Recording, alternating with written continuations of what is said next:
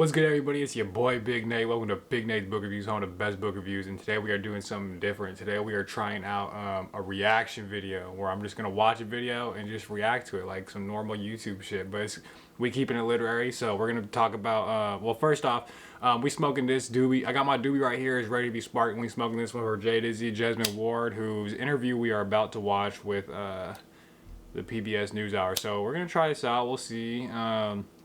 Give me some, cut me some slack because this is the first video, first reaction video I'm trying. So this is an experiment. This is an experiment, a work in progress. So let me set this up,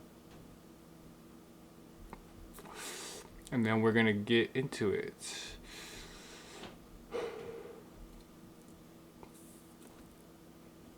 All right, here we go. Returns with those and our author of the month, and he announces next month's selection. I want to begin with a big thank you to all who joined us for Now Read This and read along and sent in thoughts. I've seen this dude before. He's funny.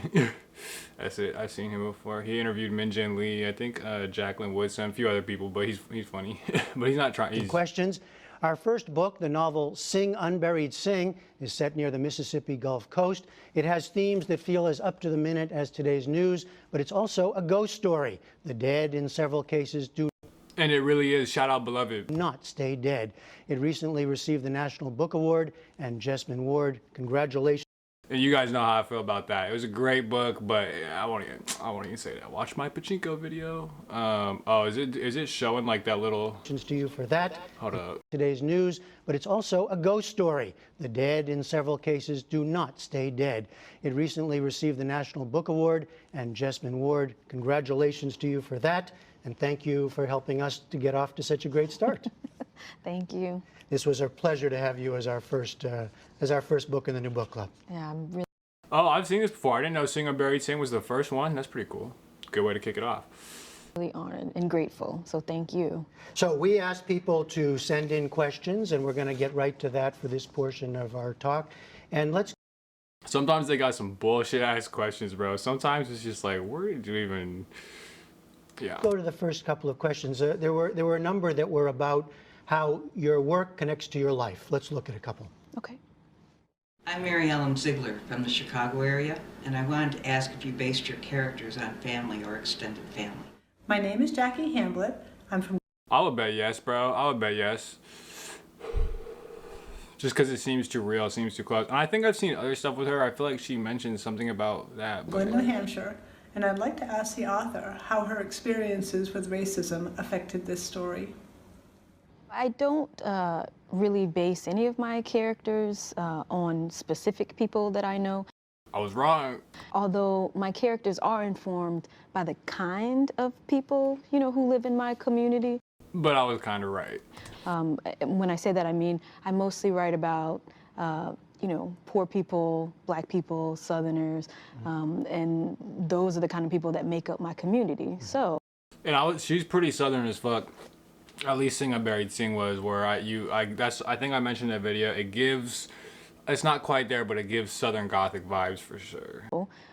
Those are the kind of people that I write about. As far as the second question, I have struggled. I know, wait, you can't, those are like two completely different questions. How are you gonna give them back to back and then expect her to answer them like that? But I think she handled it pretty well. Shout out Jay Dizzy. Struggled with racism and I guess been the object of racist bullying, especially when I was younger. And so I think that my awareness of racism definitely informs my work and informs, you know, what my characters go through and what. Duh, bro. Have you read Sing Unburied Sing? I forget what the question was, but of course, bro. What they struggle with. Okay, I mentioned that there are ghosts in this story. Shout out beloved again. And a number of people wrote to us and sent in questions about the supernatural element. Let's look at those. Okay. I'm Terry Margarita from Colgate, Wisconsin. I ain't even gonna say anything, bro. Spirits in fiction can be fantastical as they are in A Christmas Carol. Okay, also, look, no lie, I swear I've seen a few of these other PBS NewsHour things. Let me know if you want some more reactions. But it's always like old white lady, bro. I swear, I'm not even just saying that. I'm not even like looking for it. It's just hard not to notice. It's just like these, like middle, not even middle. You know what I'm saying? Fucking. Anyway, let's get back. But yours remind me more of the ghosts in 100 Years of Solitude. Shout out 100 Years of Solitude, bro. Is that true? What she said? I haven't read the Christmas Carol one. Actually, I think I did like a long time ago, but yeah, there's definitely ghosts in 100 Years of Solitude. I'm not gonna lie, I think he pulled it off a little better, and like I've heard criticisms of this book that it's a derivative of Beloved, like, but fuck all that. Solitude. Can you tell me what influenced you to give ghosts such an important role in Sing Unburied Sing? Jesmyn? I'll be interested to see what she says about that. That's a good question. I'm not gonna lie. He said Jesmyn. So I knew from the Who very else? beginning that the characters would travel to Parchment Prison, and I knew nothing Shout out Parchment, real place. Check out the book review. about Parchment Prison. So when I began to read about Parchment Prison Farm, I read that in the 1940s, that black boys, children, as young as 12, were charged with petty crimes like vagrancy or Soliciting, but exactly. Theft, loitering, little shit, bro, little shit. New Jim Crow, Michelle Alexander, get there. theft or loitering, and they were sent to Parchment Prison Farm, right, Which is now a prison, first a plantation, like literally plantation. You know when people like it's built by slave labor? Literally it was built by slave labor, and now it's a prison that houses almost exclusively black people. they were basically re-enslaved. And I was so shocked by that fact and also horrified that I didn't know about it beforehand. Note what she said there, that was sick. Horrified that she didn't know about it beforehand, because it's like these things happen and they really get swept under the rug, and it's crazy how these things are like real. It's fiction, but you know, that's part of the power of fiction to teach. Most good fiction is rooted in reality. It's just, you know, but okay. And immediately felt very strongly for these children, right, who in some ways had been erased from history. So I thought, well, Facts. I really want to write about a 12-year-old kid. You know, I really want to write a character who Shout out JoJo. endured this, but who is able to interact with JoJo, who is able to have some sort of agency that person did not have when they were alive. And I figured out that the only way that I could do. She's just cool, bro. Don't you think Jesmyn Ward just cool? She's just kind of got like a swagger to her that's just like chill, but very like intelligent, very well spoken, and yeah, I want to get to Men We Reap because that's like been one of the best essays I've read to date in my life. That was maybe I'm misremembering it, but I don't think so, bro. I need to have Men We Reap, which is in my Amazon wish list. Just saying. Do that was by making that character, you know, this 12-year-old kid who'd been to Parchment in the 40s, making that character into a ghost. Come back to life. Exactly. You tackle some difficult subjects, and we got questions about that. Here's one of them. I'm Kirsten Lawson from Portland, Oregon. Some Facebook readers have said they cannot recommend or enjoy this novel, no matter how. Am I right about the white lady thing, bro? I'm like 4 for 4 or 5 for 5, and I've not to mention this other one that I've seen with Minjin. How beautifully written, because of the painful realities that it delves into.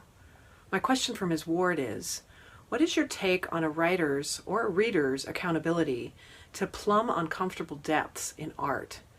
And has your take on this... Did she just say plum? What does plumba mean? To plumb uncomfortable depths in art.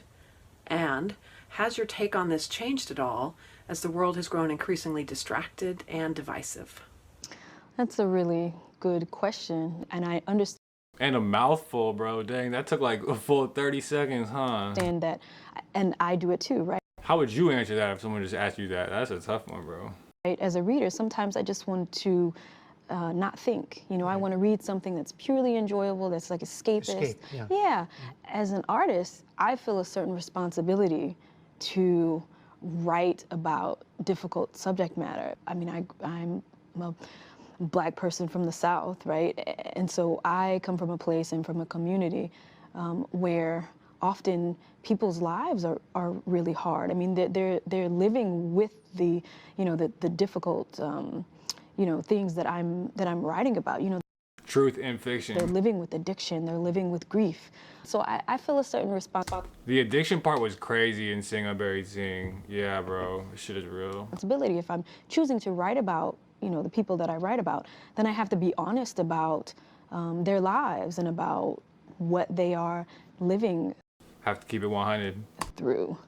All right, we'll continue with our questions, more questions from readers, but we'll do that so readers and viewers can watch the full conversation online and on our Now Read This Facebook page. We invite you to go there. We're switching gears. All right, I think that's it. But yeah, that was cool. I'd say this was a good first little trial run. Shout out Jesmyn Ward. Shout out Sing Unburied Sing, and shout out to PBS NewsHour. So let me know what you thought about all this. Needless to say, go ahead and follow me on Instagram at Big Nate's Book Reviews. Drop a comment, hit that like. You really should just, if you're interested, hit that subscribe. Otherwise, I'm good. But thank you for watching Big Nate's Book Reviews, home of the best book reviews.